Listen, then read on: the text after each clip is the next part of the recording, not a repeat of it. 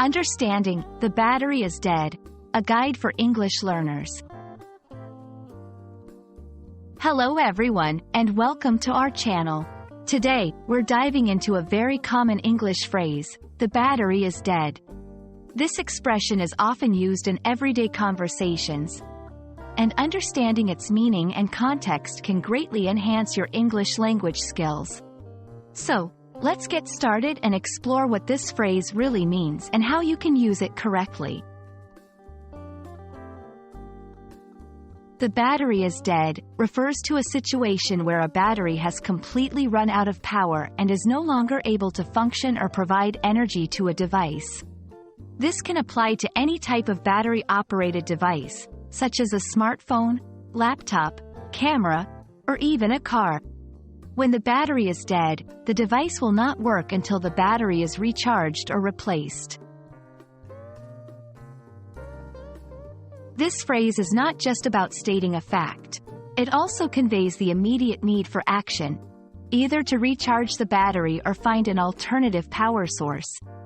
It's important to recognize the context in which it's said, as it can indicate a range of emotions from mild inconvenience to urgent distress, especially if the dead battery is causing significant disruption.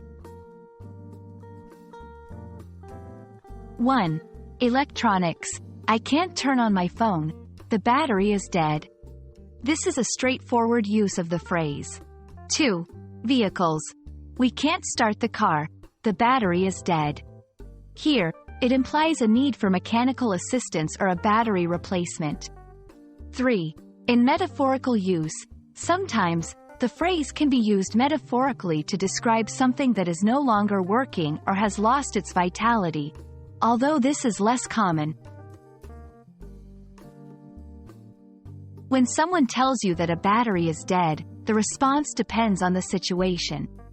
Offering to help find a charger or a replacement battery.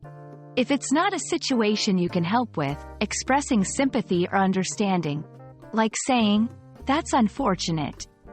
Do you need a ride?" if a car battery is dead?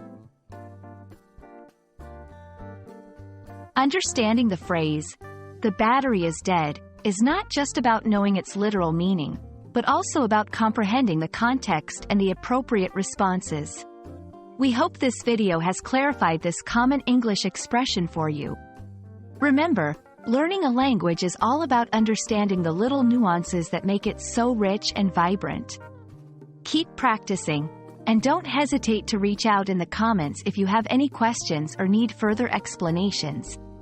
Thanks for watching, and see you in our next video.